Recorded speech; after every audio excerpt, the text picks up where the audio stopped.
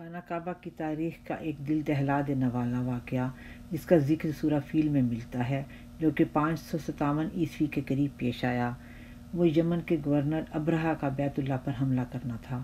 یہ بات حضور صلی اللہ علیہ وآلہ وسلم کی پیدائش سے 2-2.5 برس قبل کی ہے کہ ابرہہ یمن سے فوج اور ہاتھیوں کے ساتھ نعوذ باللہ کعبہ شریف کو تباہ کرنے مکہ تک پہنچا تھا۔ یہ وہ وقت تھا جب حضور صلی اللہ علیہ وآلہ وسلم کے دادا محترم حضرت عبد المطلب قبیلہ قریش کے سردار تھے۔ اس وقت وہی قبیلہ کعبہ کا متولی تھا۔ حضرت عبد المطلب نے اہل مکہ کو پہاڑوں پر چلے جانے کی تجویز دے دی اور کہا کہ یہ اللہ کا گھر ہے، وہی اس کو بچائے گا۔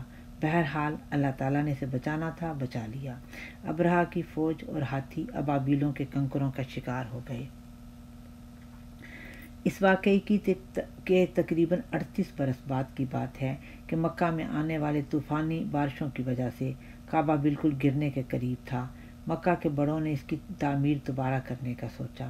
یہ لوگ جتنے بھی مشرک اور بت پرست تھے، پھر بھی تعمیر کے وقت سب سرداران مکہ اس بات پر متفق ہو گئے کہ کوئی حرام کا کمایا ہوا پیسہ اس پر نہیں لگنا چاہیے۔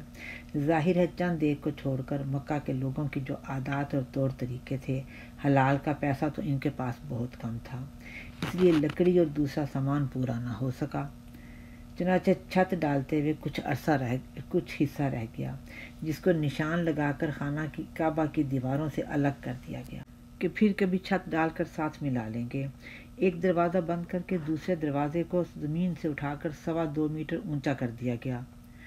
یہ وہ زمانہ تھا اور کعبہ کی وہ تعمیر تھی جس میں اللہ تعالیٰ نے اپنے حبیب حضرت محمد صلی اللہ علیہ وآلہ وسلم کو حجر اسود اس کی جگہ پر رکھنے کا شرف بخشا تھا۔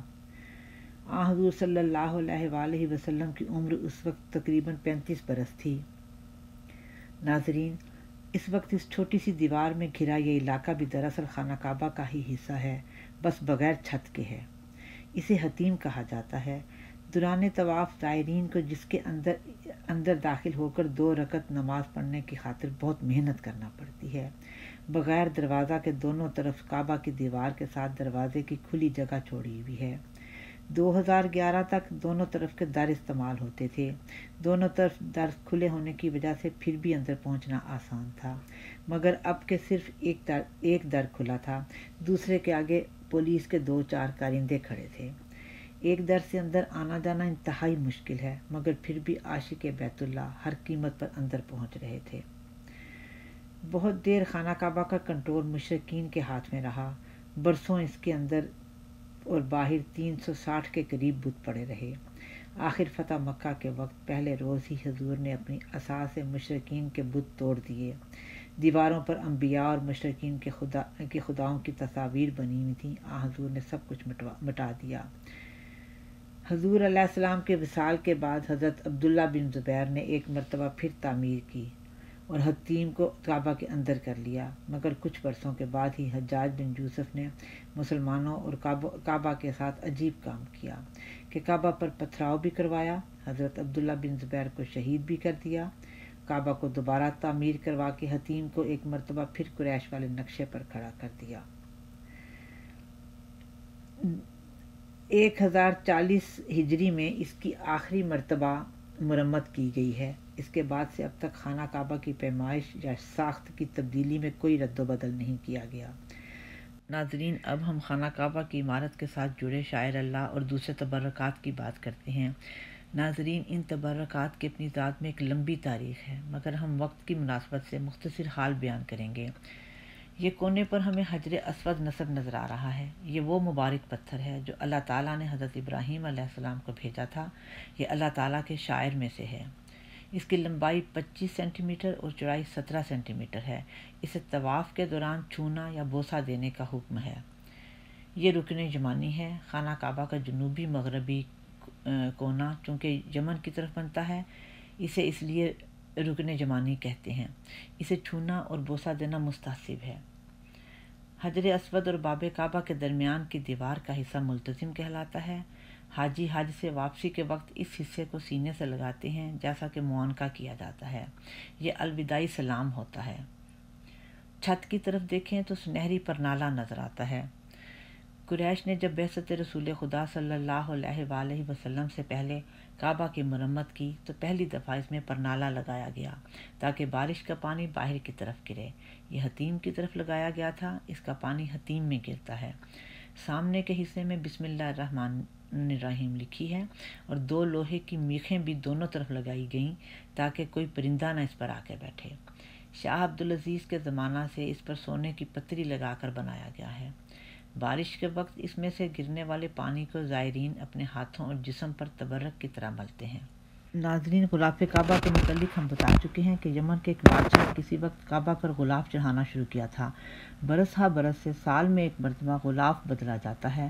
ابتدا میں رنگین یا کسی بھی ایک رنگ کا غلاف ہوتا تھا، مگر پھر مستقل سیاہ غلاف ڈالا جانے لگا۔ شاہ عبدالعزیز کے زمانہ میں جب اللہ تعالیٰ نے صحرائے عرب کو ابراہیمی اور محمد صلی اللہ علیہ وآلہ وسلم کی دعاؤں سے تیل کی دولت سے مالا مال کیا تو جب سے سیاہ قیمتی کپڑے پر سونے کی تاروں سے کلمہ اور دوسری آیات لکھ کر ہر سال بدلا جاتا ہے۔ کسی زمانہ میں سعودی حکومت نے ہر اسلامی ملک کو باری باری غلاف کعبہ تیار کرنے کا موقع دیا ہوا تھا، مگر پھر یہ صرف سعودی حکومت نے اپنے اوپر ذمہ داری لے لی۔ اس وقت جو دروازہ ہمیں نظر آ رہا ہے یہ مختلف ادوار سے گزرتا ہوا آخر زمین سے 2.25 میٹر اوپر فکس ہو چکا ہے۔ حضرت ابراہیم علیہ السلام کے پاس دروازے کے پٹ لگانے کے ذرائع نہیں تھے، مگر آئندہ کی نسلوں کو دینے کے لیے دعا تھی۔ 8ویں ہجری میں ترک خلیفہ سلیمان القانونی نے پہلی مرتبہ سونے کی تاروں سے دروازے پر کام کروا کر لگایا۔